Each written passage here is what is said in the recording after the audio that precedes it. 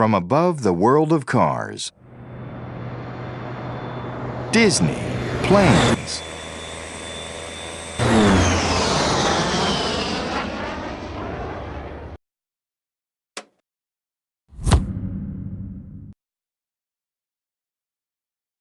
Not long ago, there was an ordinary plane who had an extraordinary dream.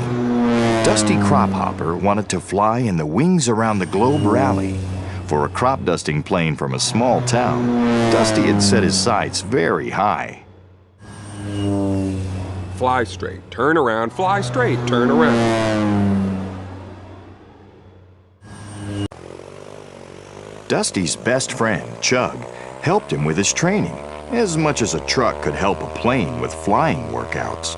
Chug was one of the few who thought Dusty actually had a chance to make it into the big race. Oh yeah! Uh-huh!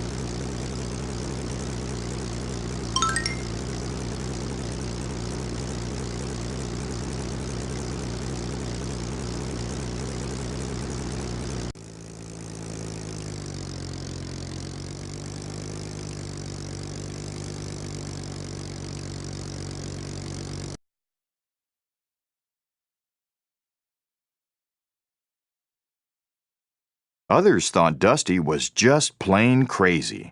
Dottie was the mechanic in Dusty's little hometown of Propwash Junction. She made it very clear to her friend Dusty that he was not built to race.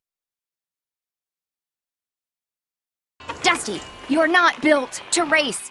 You're built to dust crops. Do you know what will happen if you push it too far? Wing flutter, metal fatigue, turbine failure.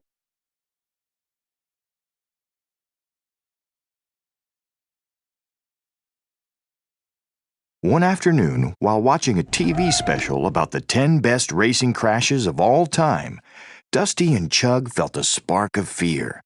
Dusty needed some better coaching from someone who actually knew how to fly.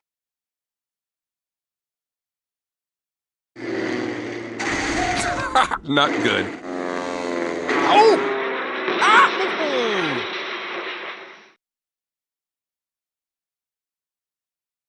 They asked the skipper, an old warplane who had been one of the best flight trainers ever, and a war hero, too. He took one look at the crop duster and refused, no questions asked.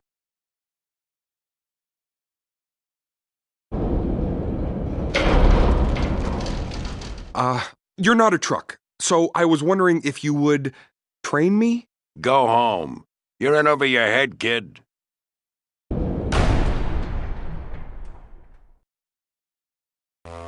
Dusty continued his training and made it to the qualifying races. He raced his heart out with the best planes, including the world champion, Rip Slinger. When all was said and done, Dusty Crophopper had made it into the Wings Around the Globe rally. Rip Slinger.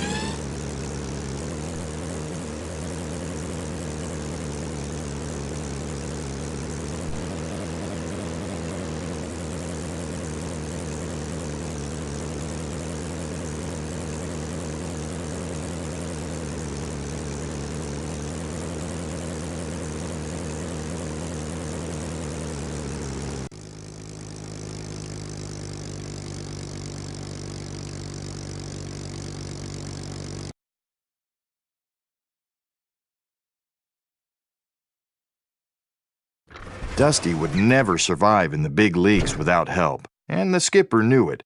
So he finally came out of his hangar and offered to train the young crop duster to race. You're going up against the best racers in the world, and some of them don't even finish.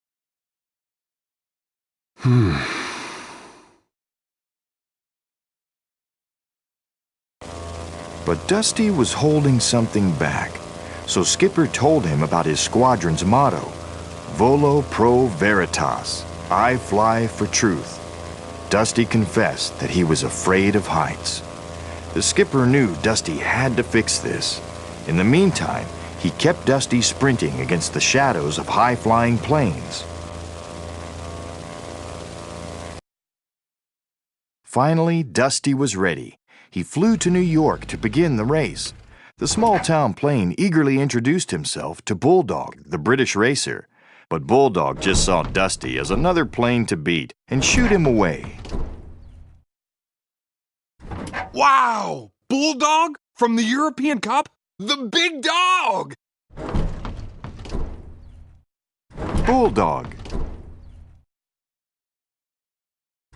Wow! Ripslinger. Bulldog from the European Cup? The big dog! Dusty also saw Ripslinger, the #1 racer in the world, and El Chupacabra, the multi-talented superstar from Mexico. You have done many of these long-distance rallies, yes? Nope, this is my first one. It is my first time as well. We will have many adventures, you and I.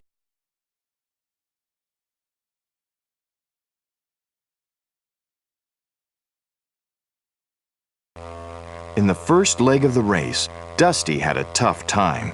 He just wasn't ready to fly high yet, so he chose to fly below the clouds through an icy storm.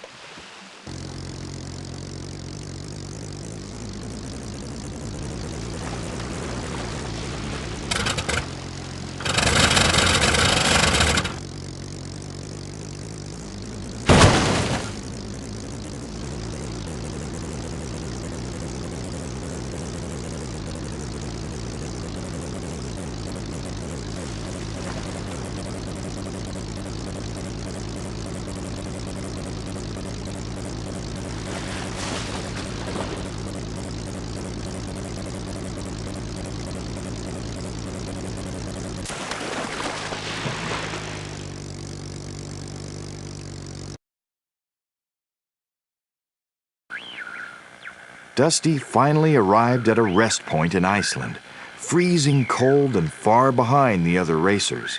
He radioed home to hear his friends and get some advice from the skipper. Great.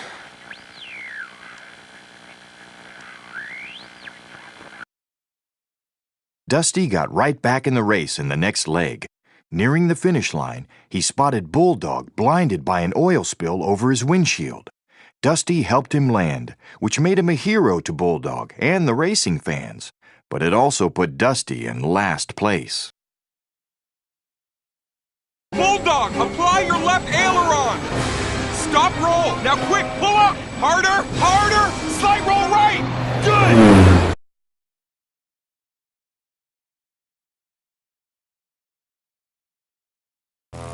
In Germany, Dusty met a vehicle with 2 personalities, a car named Franz who changed into a plane named Fliegenhosen. The Aero car advised Dusty to get rid of his crop sprayer. Dusty apprehensively agreed, and soon he was soaring faster, with El Chupacabra cheering him on.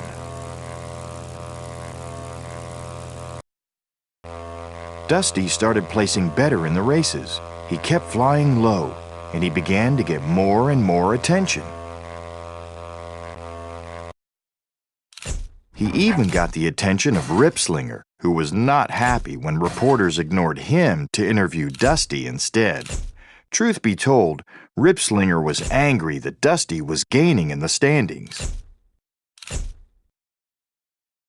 My coach, Skipper. He's the reason I'm even here. He's an amazing instructor and a great friend. When Dusty talked to reporters, he always gave his coach, Skipper, a lot of credit for guiding him. At every stop, Dusty could hardly wait to radio home. At one of those stops, Dusty also talked with Indian racer Ishani. On a romantic tour over India, she gave him a tip. He could fly low through the Himalayan mountains if he followed the train tracks.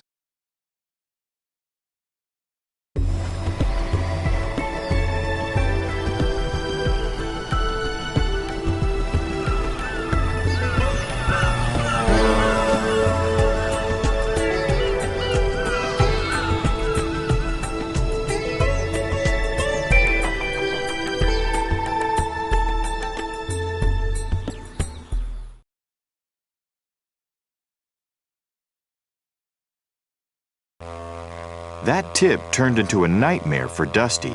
He got stuck in a blizzard with only two ways out: fly over the mountain or into a train tunnel that passed through it. Dusty chose to fly through the tunnel.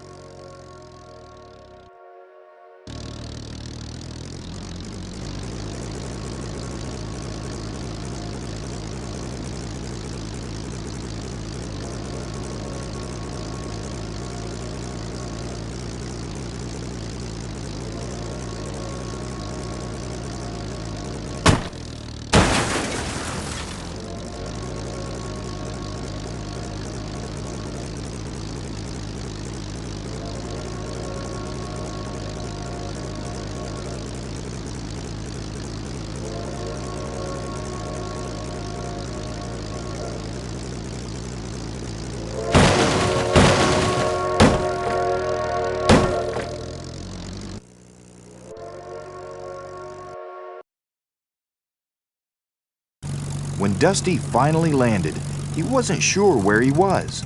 He soon realized that not only was he in the right place, but he was also in first place. Hello?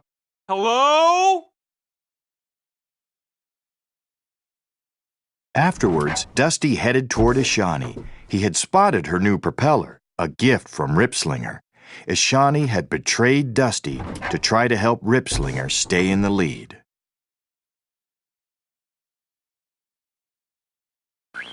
Dusty kept doing better and better in the races. He was becoming famous too, with fans around the world. Still, at the end of every race, he checked in with the skipper by radio.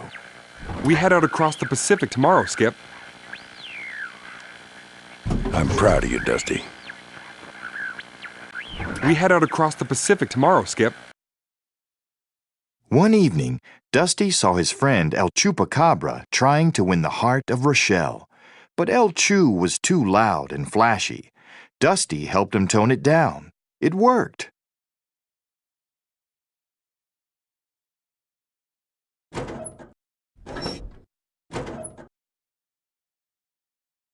Unfortunately, Ripslinger wanted to win the rally, and Dusty was in his way. Shortly after takeoff over the Pacific, Ripslinger's thugs zoomed in behind Dusty and knocked off his navigation antenna.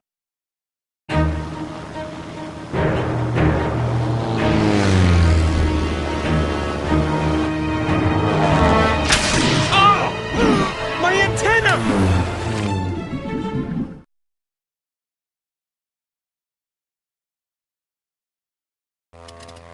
Soon, Dusty was lost and low on fuel, flying over the middle of the ocean. Two jets, Bravo and Echo, rescued him. They guided him back to their aircraft carrier, the home of the skipper's old squadron, the Jolly Wrenches.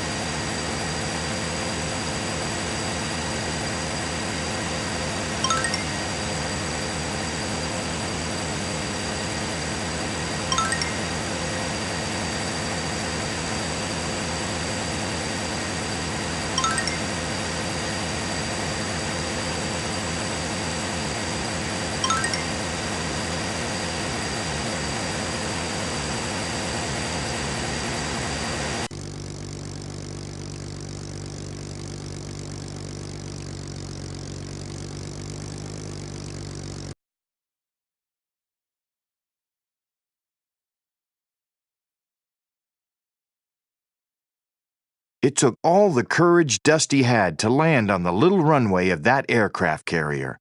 But he did it. The entire crew cheered him on.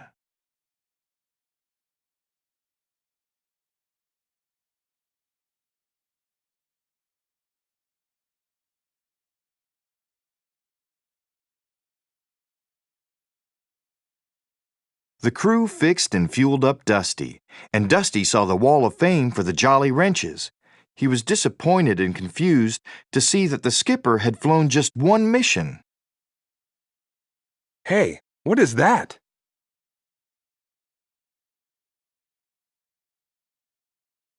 With a heavy storm brewing, Dusty had to get to Mexico for the next race. The skipper, Bravo, and Echo all told him to fly over the storm. But Dusty still didn't have the courage to do it. He battled the weather and lost. I gotta get above the storm. Luckily, a rescue squad arrived just in time. The team saved Dusty and took the battered plane to Mexico, where his friends from home were waiting. Dusty wanted to talk only to the skipper. He needed the truth, so the skipper told him he had only gone on one mission, lost his entire crew, and never flown again. Let's go in for a closer look, but keep your distance.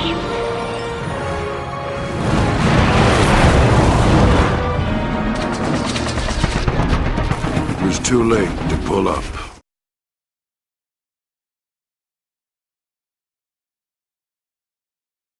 Dottie couldn't fix Dusty. She also couldn't fix Dusty's broken spirit. She could only tell her friend how much the skipper believed in him, and that now even she believed Dusty was a true racer.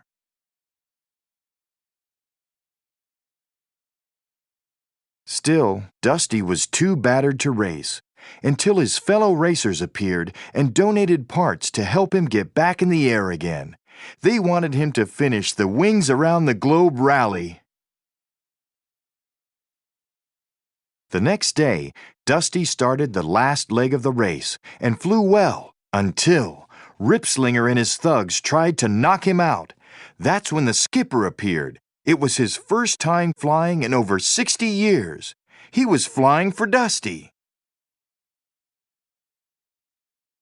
Dusty knew it took a lot of courage for the skipper to help him out, and it spurred him on. Dusty flew higher than ever before. He caught the tailwinds and soared. And that day, Dusty Crophopper from Propwash Junction did what no crop duster had ever done before. He won the Wings Around the Globe rally. Dusty had flown alone, but he knew he had a lot of good friends to back him up, including a new lifelong friend, the skipper.